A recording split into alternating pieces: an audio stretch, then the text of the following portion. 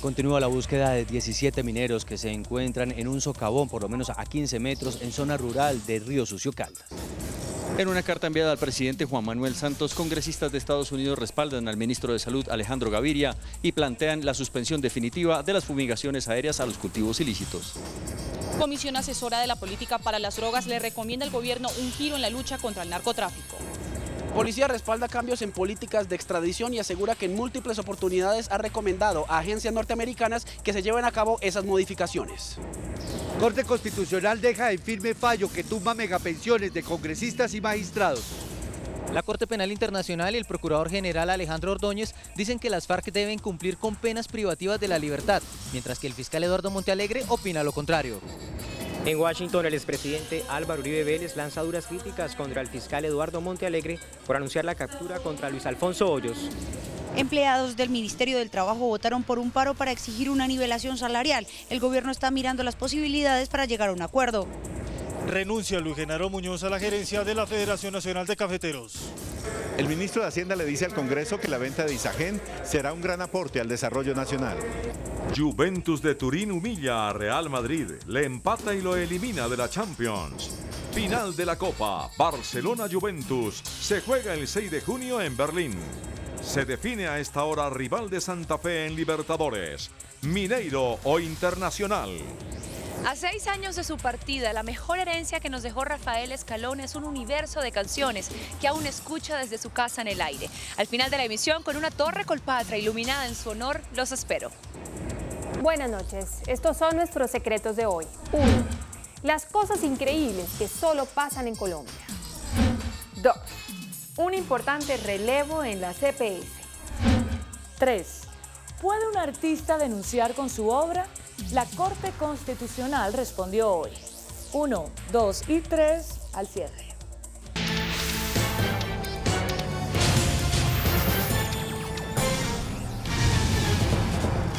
Buenas noches. Emergencia en una mina artesanal en Río Sucio, Caldas. 17 mineros están atrapados bajo tierra en una explotación de oro. Juan Alberto Giraldo está en el lugar donde se adelantan las labores de rescate. Juan, buenas noches. Situación hasta ahora. Hola, muy buenas noches. Sí, nos encontramos en el lugar de la tragedia, en donde todo el día los organismos de socorro han intentado evacuar el agua de los socavones para llegar al donde se encuentran los cuerpos de los mineros, que se presume están a 15 metros de profundidad. Durante toda la noche intentarán también evacuar el líquido con el propósito de mañana continuar con el rescate. Pero veamos qué pasó durante el día aquí en las minas ubicadas entre Irra y Río Sucio.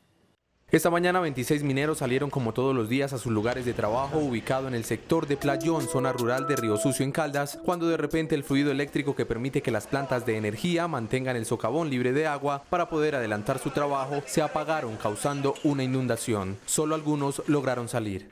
El agua apareció de un momento a otro, bastante. Por su parte, el dueño de las minas dice que no sabe qué sucedió y que solo espera que recuperen a sus trabajadores, teniendo en cuenta que la mina tiene su licencia. Los organismos de socorro trabajarán parte de la noche para tratar de sacar toda el agua y mañana intentar el rescate de posibles sobrevivientes. A ver, se habla presumiblemente de 15 personas que están atrapadas dentro de 2 socavones. Una galería con socavón con 10 personas, otra con 5. Pero es presunción, ¿por qué? Porque en las horas de la mañana hablaban de algunas personas que estaban desaparecidas dentro de ese número y ya aparecieron vivas. Entonces, yo digamos lo que estoy aconsejando es que a medida más bien que vamos rescatando las personas, los cuerpos sin vida, vamos dando un nombre y un consolidado. Por ahora, los familiares de los mineros esperan al lado del lugar y esperan noticias prontas de sus seres queridos. Aunque los expertos afirman que este rescate podría durar 2, 3 y hasta 4 días, los familiares y por supuesto también quienes trabajan en el rescate de los cuerpos esperan que mañana puedan recuperarlos. Es la información que tenemos por ahora desde Río Sucio, en el departamento de Caldas, con la cámara de Albeiro Giraldo, Juan Alberto Giraldo, CMI La Noticia. Juan, pues el director de gestión de riesgo, Carlos Iván Márquez, reveló que 80 rescatistas trabajan en la evacuación del agua que inundó la mina artesanal en Caldas, en la que están atrapados estos 15 obreros. El presidente Juan Manuel Santos aseguró que no se escatimarán esfuerzos para rescatar a los mineros atrapados. La situación en este momento es que tenemos 17 personas desaparecidas. Se creó un puesto de mando unificado en Río Sucio. allá están también con el alcalde, con el gobernador, y no vamos a escatimar esfuerzo alguno para encontrarlos y rescatarlos. Es una mina que tiene 14 metros lineales de profundidad con 3 bocas. De estos 14 metros que estaban con agua, ya se ha hecho evacuación de 7 metros. El director de gestión del riesgo explicó que los socorristas solo podrán empezar a tratar de sacar a las personas atrapadas una vez se haya logrado evacuar el agua. Estamos trabajando con un número de unos 80 socorredores de todos los organismos de socorro y de las fuerzas militares. El funcionario se desplazará mañana en la zona para coordinar el puesto de mando unificado y la ayuda psicosocial a las familias de los atrapados. Mientras en Colombia el procurador Alejandro Ordóñez se opone a la suspensión de las fumigaciones con glifosato, en Estados Unidos un grupo importante de congresistas apoya la eliminación del uso del químico. La carta con fecha de hoy y dirigida al presidente Juan Manuel Santos fue firmada por 19 congresistas del oficialista Partido Demócrata. Los representantes, entre ellos varios líderes de la Comisión de Relaciones Exteriores del Congreso, expresan su apoyo al reciente anuncio del presidente Santos de seguir la recomendación del ministro de Salud de suspender inmediatamente la fumigación aérea de cultivos de coca en Colombia. En la misiva, enmarcada por el sello del Congreso de Estados Unidos, también aclaran que nunca se ha relacionado la caída en la producción de coca en Colombia con las aspersiones y explican que la eficacia de la fumigación aérea es muy baja. Los representantes también detallan los efectos negativos de las fumigaciones, como problemas en la piel, respiratorios, mentales y en el embarazo, entre otros. Los congresistas expresan su satisfacción por las recomendaciones del ministro Alejandro Gaviria, al tiempo que invitan al gobierno a seguirlas sin demora de cara a un cambio definitivo en las políticas de la lucha antidroga en Colombia. La Comisión Asesora para la Política Antidrogas entregó su último informe en el que recomienda un giro a la política de lucha contra el narcotráfico, la reevaluación de las aspersiones con glifosato y el replanteamiento de la extradición. El ministro de Justicia resumió así el diagnóstico de la Comisión Asesora. Aunque nuestro esfuerzo ha contribuido a que el mercado se haya contraído para ciertas drogas en algunos países, este avance contrasta con la estabilidad de la demanda en los países tradicionalmente consumidores, con el aumento en otros como Colombia. Algunas de las recomendaciones que esta le dio al gobierno son que la política antidroga se diseñe con un enfoque de salud pública y derechos humanos. Entre otras, también está reevaluar las aspersiones aéreas con glifosato. Los estudios empíricos y la evidencia muestran que el uso de la aspersión con herbicidas como mecanismo para reducir los cultivos ilícitos es muy poco eficiente y genera costos directos y colaterales muy graves sobre la salud y sobre el medio ambiente. Además, replantear la figura de la extradición para narcotraficantes que ya no está dando buenos resultados. Antes el instrumento era muy eficiente porque con la extradición había un gran miedo de parte de las personas colombianas que podrían estar metidas en el proceso de narcotráfico. Hoy en día ni siquiera tenemos ese miedo en relación con los cultivadores, que ellos van directamente a negociar a los Estados Unidos. La comisión también le sugiere al gobierno regular el uso de la marihuana medicinal, fortalecer la lucha contra el lavado de activos, así como ir más allá de las capturas y las incautaciones. No nos podemos quedar simplemente con la condena a la persona, con la incautación de la droga, que son éxitos operacionales, perdiendo de vista el objetivo último, que es la desarticulación de las organizaciones. Otra de las sugerencias es que el Estado colombiano debe contar con una entidad coordinadora de la política de drogas con rango de agencia presidencial. Por su parte, el director de la Policía General, Rodolfo Palomino, respaldó la propuesta de replantear la extradición. De forma reiterada, la policía ha pedido a agencias norteamericanas que se trabaje en la modificación de las políticas de extradición, pues al parecer los delincuentes ya no temen pagar penas en el exterior. Están queriendo preferir ir a hacer allí, digamos, como sus acuerdos, la composición de sus deudas, y esto en una u otra forma hace que a lo mejor la severidad de las penas sea menor. Un giro en las políticas antidrogas también es necesario. Según el general Rodolfo Palomino, las políticas antidrogas deben ser distintas para no solo erradicar los cultivos ilícitos, sino para llegar a aquellos miembros de la cadena que fabrican y distribuyen los alucinógenos. Uno siempre tiene que pensar no solamente en nuevos químicos, sino también en buscar nuevos modelos de efectividad, repito, contra cada uno de los eslabones de esta cadena. Las declaraciones se conocieron durante la reinauguración del área de urgencias del Hospital Central de la Policía. La Corte Constitucional dejó en firme el fallo que fija un tope a las pensiones de magistrados y congresistas. No podrán percibir una mesada mensual superior a los 16 millones de pesos. La Corte Constitucional negó la solicitud de nulidad de la sentencia que tumbó el régimen especial de congresistas y magistrados que les permitía liquidar sus mesadas de jubilación con base en el 75% del último sueldo devengado. Por 6 votos contra 1, la sala integrada por los magistrados Mauricio González, Guillermo Guerrero, Estela Ortiz y Gabriel Mendoza acogieron una ponencia de su colega Jorge Pretel, que rechazó la solicitud de nulidad por supuesta violación a derechos adquiridos. A ese fallo se sumó otro de la Sala Laboral de la Corte Suprema de Justicia, que respaldó la reducción de las megapensiones contempladas en la sentencia C-258 de 2013 de la Corte Constitucional, al estimar que no es necesario adelantar ningún procedimiento administrativo o judicial para aplicar el reajuste automático de las pensiones al tope máximo de 25 salarios mínimos. Directivos de Fonprecon, la empresa administradora de las pensiones de los congresistas, celebraron las decisiones. De tal manera que las tutelas que prosperaron el año pasado respecto de revivir las megapensiones y pagar retroactivos perdieron vigencia y tenemos la oportunidad de recuperar sus dineros. Según Fonprecon, la sentencia que puso fin a las megapensiones ha generado un ahorro a las arcas de la nación de 100.000 millones de pesos. El vicefiscal de la Corte Penal Internacional, James Stewart, considera que no se puede suspender la pena a los máximos responsables de crímenes de guerra y de lesa humanidad. La posición la comparte el procurador Alejandro Ordóñez y la objeta el fiscal general Eduardo Montealegre.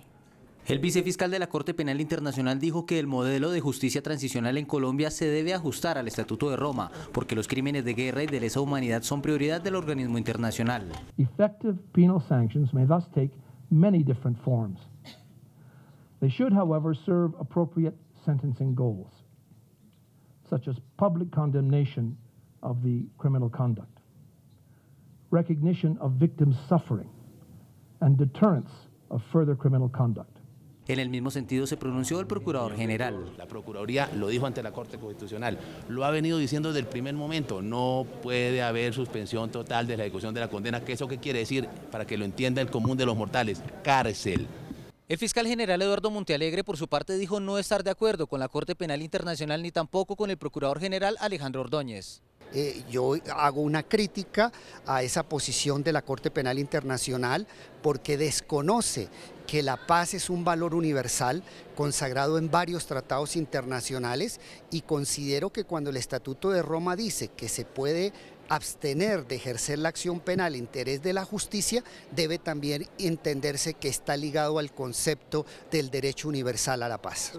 Para el gobierno, las soluciones de la justicia transicional deben satisfacer a las víctimas. La justicia no es un sapo que hay que tragarse.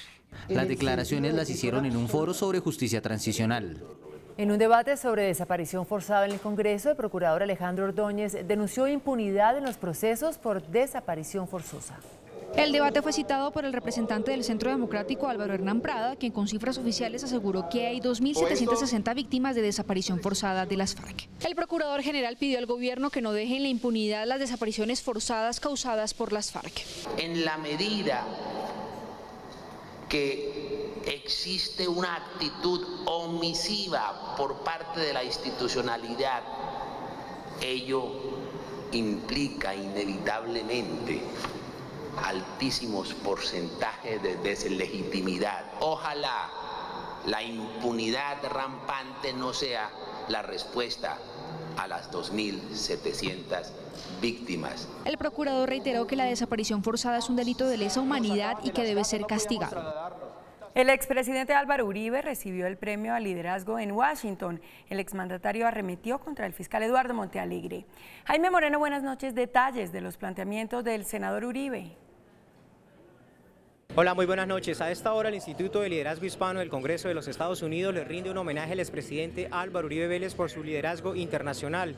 El expresidente Álvaro Uribe Vélez, antes del inicio del evento, lanzó duras críticas contra el fiscal Eduardo Montealegre por anunciar la captura de Luis Alfonso Hoyos. La democracia colombiana se está desfigurando porque la justicia hoy no se está ejerciendo en la justicia, sino a través de los discursos políticos de sus administradores, como el fiscal. Por otra parte, el expresidente Álvaro Uribe Vélez rechazó la posibilidad de que en algún momento alias Simón Trinidad sea liberado para ser parte de la mesa de diálogo en La Habana.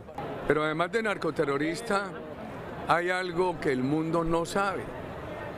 Él trabajó en un banco en la ciudad de Valledupar, que es la sede del Festival de la Leyenda Vallenata. Y cuando trabajó en ese banco, simultáneamente era miembro del grupo terrorista FARC. Y obtenía información confidencial financiera de ese banco, de los clientes de ese banco. y lo secuestraba. Los congresistas estadounidenses afectos al expresidente Uribe y del Partido Republicano también rechazaron esta posibilidad. Estamos hablando de un individuo que ha creado mucha tragedia, mucha sangre y se merece la justicia que tiene. Para la congresista republicana Ileana Ros-Lehtinen no se le debe dar ninguna concesión a la guerrilla de las FARC. Yo considero FARC que es un grupo terrorista que ha querido destruir al bello país de Colombia. En este momento el expresidente Álvaro Uribe Vélez está esperando a ser llamado para recibir su premio y mañana continuará su agenda aquí en la ciudad de Washington. Tendrá reuniones con el Departamento de Estado y algunas citas privadas. Desde Washington para CME La Noticia, Jaime Moreno. Jaime, gracias. El presidente Juan Manuel Santos dijo que en su gobierno no hay persecución a periodistas como se denunciaba en épocas anteriores. Durante el primer encuentro internacional de prensa independiente, el presidente dijo que la lucha por garantizar la libertad de prensa tiene grandes retos, pero también resultados, y citó a la organización Human Rights Watch. Reconoció hace 2 semanas que en nuestro gobierno no hay ninguna persecución del Estado contra periodistas, como algunos han sugerido. También señaló que un aporte para la paz desde el periodismo es informar con la verdad y no utilizar la estrategia de la guerra que se vive a diario, que es usar la mentira para perjudicar a un contradictor. Los portavoces del incendio le hacen un favor muy flaco a la libertad de expresión, inclusive muchos que la dicen defender. El mandatario dejó claro que la crítica es buena, pero sin insultos y sin hostigamientos. CMI conoció la ponencia del proyecto de reforma de equilibrio de poderes para su 7º debate que se radicará mañana en la Comisión Primera de la Cámara. Los representantes acogieron gran parte de las solicitudes de los magistrados de las altas cortes. En la reforma se mantiene la eliminación de la comisión de acusación y creación de la comisión de aforados, aunque se reducen sus integrantes de 5 a 3, pero se sacan algunos aforados. Se retira al vicepresidente de la República de su condición de aforado, retira al contralor, al procurador y al defensor del pueblo de su condición de aforados. Se acoge la petición de los magistrados de las altas cortes de que en la comisión de aforados se incluya la doble instancia. Bien sea por indignidad o bien sea por juicios penales, obligatoriamente tendrá que establecerse un sistema de doble instancia que dé garantía procesal. Se mantiene la eliminación del Consejo Superior de la Judicatura y la creación de un Consejo de Gobierno Judicial, sacando al ministro de Justicia como lo pidieron las Cortes. El ministro de Trabajo, Luis Eduardo Garzón, enfrenta un nuevo conflicto laboral. Los empleados del ministerio votaron la huelga. Los trabajadores del Mintrabajo dicen que hace 20 años no les actualizan sus salarios y por eso merecen una nivelación. Eso significaría más o menos en un auxiliar 80.000 pesos y en un inspector de trabajo, que serían los que más subiría, serían 400.000 pesos. Yo considero que los trabajadores tienen razón, en particular los inspectores, que tienen muchos deberes, muchas obligaciones, pero también tienen pocos derechos. Será Hacienda quien defina si hay o no dinero para cumplir las exigencias. Y ellos han pedido 4 días hábiles para presentarnos una propuesta. Mientras tanto, el sindicato votó por irse a paro si no les dan respuestas. Nosotros estamos en prehuelga. Nosotros hicimos una votación el lunes y de los 1.700 funcionarios, 1.200 votaron por sí ir a paro. Es decir, eso muestra la insatisfacción que tiene el personal en relación al tema salarial. La hora cero aún no la han definido. La Fundación Compartir entregó esta noche el premio al mejor maestro. La galardonada este año fue la profesora Nancy Palacios Mena.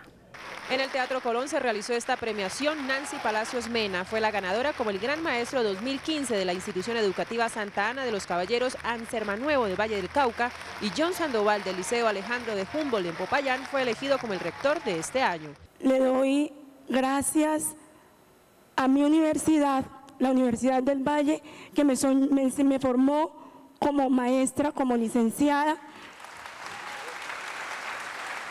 Le doy gracias a mis hermanos que se hicieron cargo de mi educación cuando mis padres se fueron muy pronto. Y le dedico esto a mis estudiantes, a mis hijos. El presidente Juan Manuel Santos reiteró que es la primera vez que la educación recibirá más presupuesto que el sector defensa dentro del plan de desarrollo, e hizo un balance de lo que el gobierno viene haciendo por mejorar la calidad en la educación. Además, vamos a transformar las condiciones en las que se otorgan los registros calificados de las licenciaturas. Pedro Gómez, presidente de la Fundación Compartir, resaltó que es importante que los bachilleres consideren la licenciatura como la mejor opción. Renunció el gerente de la Federación Nacional de Cafeteros, Luis Genaro Muñoz. El comité directivo de la agremiación designó al actual gerente administrativo, Luis Felipe Acero, como gerente encargado. Ante el comité directivo, Luis Genaro Muñoz renunció a su cargo luego de 5 años de estar al frente de la Federación Nacional de Cafeteros. A través de un comunicado de la agremiación firmado por los 15 comités cafeteros del país, se confirmó el inicio de un proceso ordenado e institucional de transición a partir del 1 de junio del presente año. Iniciar un proceso de transición para que el gremio decidiera quién le podía recibir el testimonio en su labor gerencial. Mientras surte el proceso de elección, el comité directivo designó a Luis Felipe Acero como gerente encargado. Se tendrá que convocar un congreso extraordinario para la elección del nuevo sucesor. En este mismo proceso, entonces, se iniciará todo lo relacionado con la presentación de hojas de vida, el proceso de selección. Los gremios del sector reconocieron la gestión del gerente saliente. Parte de su tarea fue indudablemente impulsar, con el apoyo del gobierno y con los recursos del Ministerio de Agricultura, impulsar un proceso muy importante de renovación que ha sido exitoso. El gobierno reitera su apoyo al sector cafetero, pero descarta la reactivación del programa de ingreso al caficultor. No se puede autorizar el PIC. No se puede, porque entonces ¿a qué le vamos a quitar recursos? Luis Genaro Muñoz deja el cargo con un aumento en la producción cafetera, la cual se ubica en los 12 millones de sacos. El ministro de Hacienda, Mauricio Cárdenas, defendió ante la plenaria del Senado la venta de Isagen, explicando que se trata de cambiar un bien productivo por otro mejor, como en su concepto serán las vías de cuarta generación. La venta de Isagen, la principal generadora eléctrica del país, encuentra una mayoría hostil en el Senado. La Nación tiene el 57% de la propiedad que genera utilidades al año por 100.000 millones de pesos. Pero el ministro de Hacienda defendió la decisión explicando que es una empresa que genera el 3% de rendimiento anual, mientras que las vías 4G que se financiarán con esta venta producirán el 18% de rentabilidad anual. El mejor esfuerzo que podemos hacer los colombianos en este momento es optimizar nuestros recursos, movilizarlos hacia aquellos sectores que nos van a permitir mantener un buen dinamismo de la economía y que van a permitir que se generen empleos.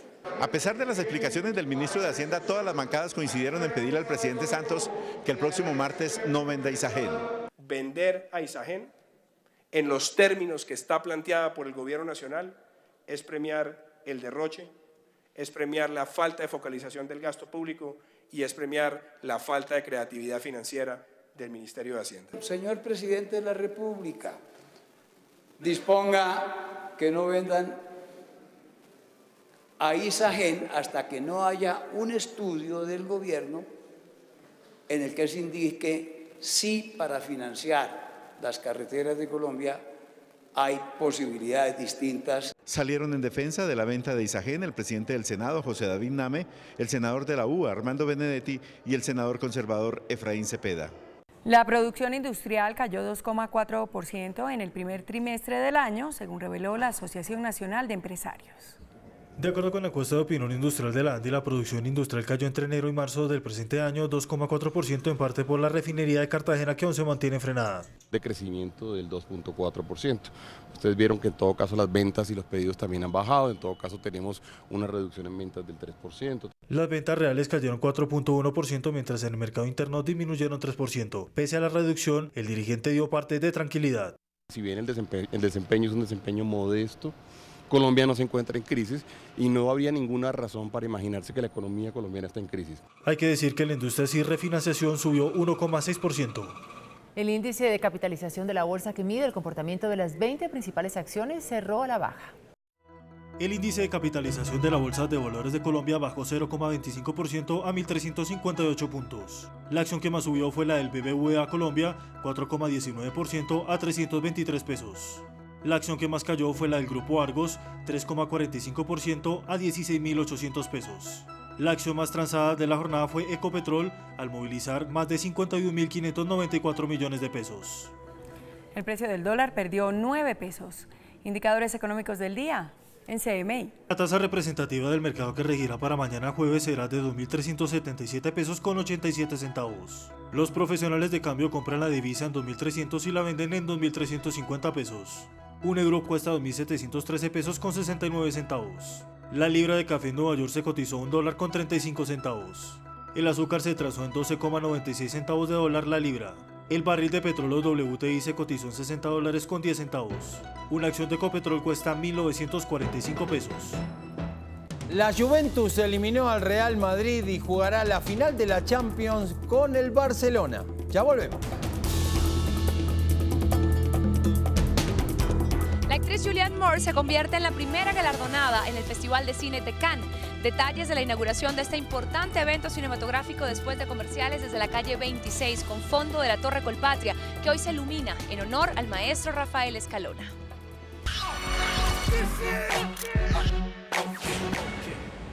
Hola, muy buenas noches. Los saludo desde la calle 26 con fondo de la Torre Colpatria, que hoy incluye dentro de su iluminación un homenaje al maestro Rafael Escalona. Pues un día como hoy, hace 6 años, falleció uno de los grandes del folclore vallenato, un hombre que sacó del Valle de Upar sus versos para regalárselos al país y que todos abrazaran a este género como el más popular de la música colombiana. ¿Cómo más si no con acordeón? Esta noche en el Planetario de Bogotá se han reunido familiares y amigos para recordar a este compositor que se ha convertido en una leyenda.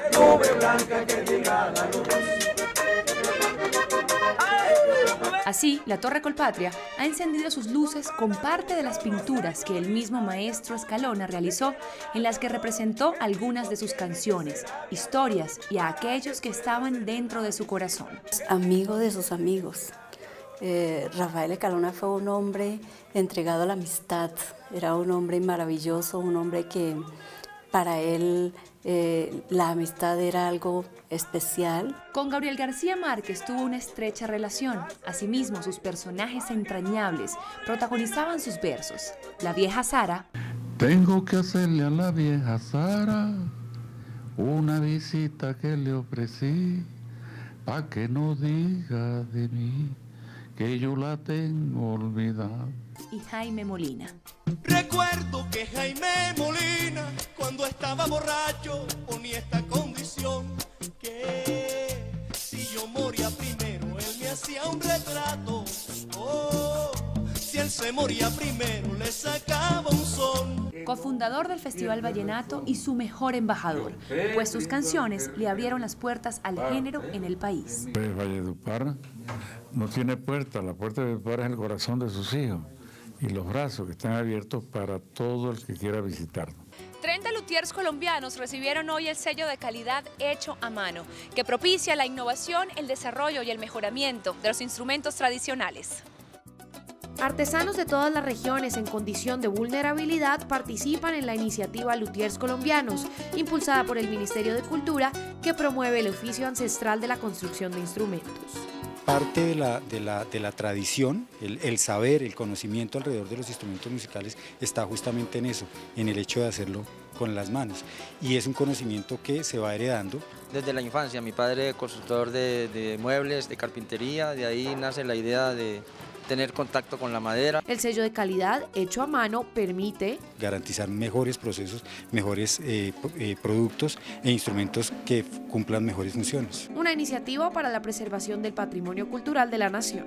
Áreas del séptimo arte llegaron a la apertura del Festival de Cine de Cannes. La norteamericana Julianne Moore fue galardonada con el premio a Mejor Actriz. Celebridades, directores y productores se dieron cita en la apertura de la edición 68 del Festival de Cine de Cannes. La gala comenzó con un homenaje a la actriz Ingrid Bergman.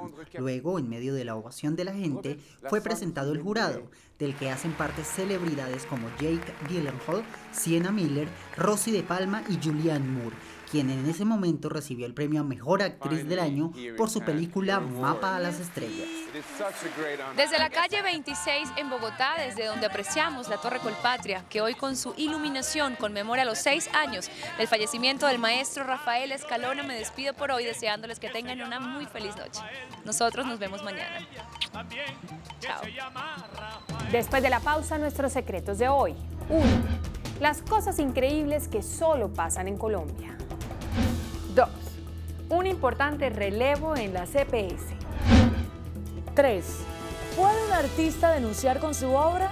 La Corte Constitucional respondió hoy. 1, 2 y 3 después de comerciales. Buenas noches, estos son nuestros secretos de hoy. 1.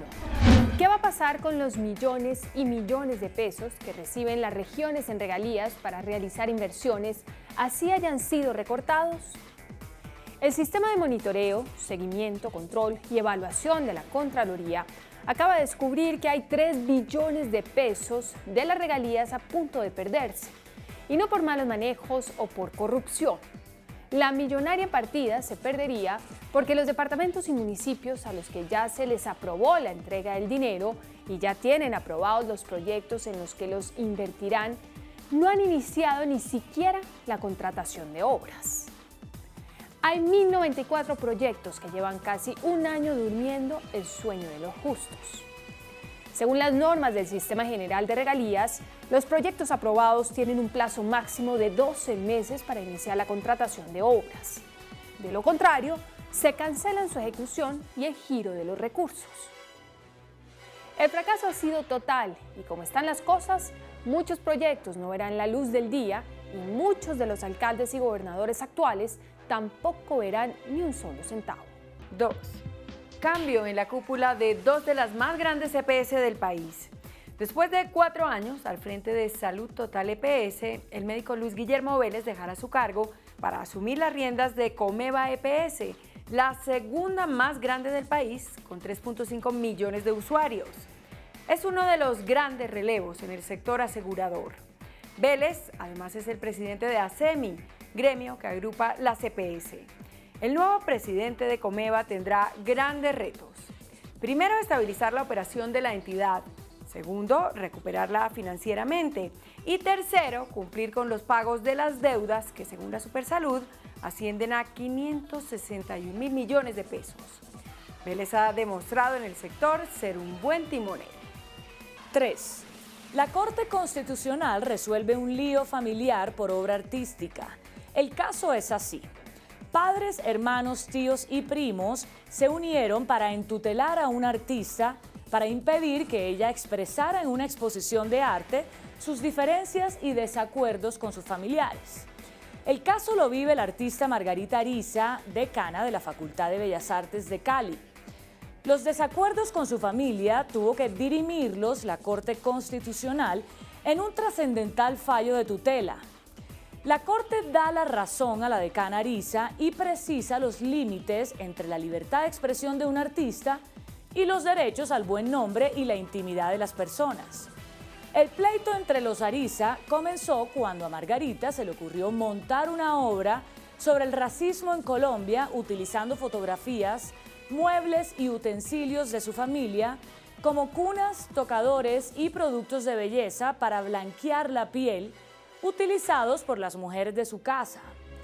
La obra la complementó con frases que desde niña oyó de sus padres, tías y otros familiares, como «nació limpiecita» o «ay, es morenito, pero su pelo es liso» o «es negrita, pero fina, parece blanca». La obra la tituló Blanca Porcelana y con la exposición pretendía hacer reflexionar al público sobre el racismo oculto en Colombia.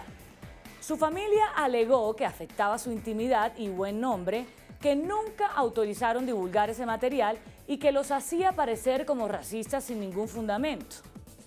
Según la sentencia, la obra de Margarita no puede ser vetada por la opinión personal del artista y las denuncias que hace frente al tema del racismo. Dice que es lícito que el artista acuda a su autobiografía para construir los elementos de su obra. Hasta mañana. Que descanse.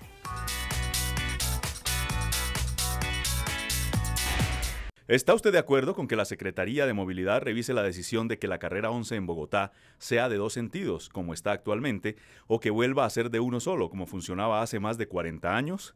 2 sentidos, 36%. Un sentido, 64%.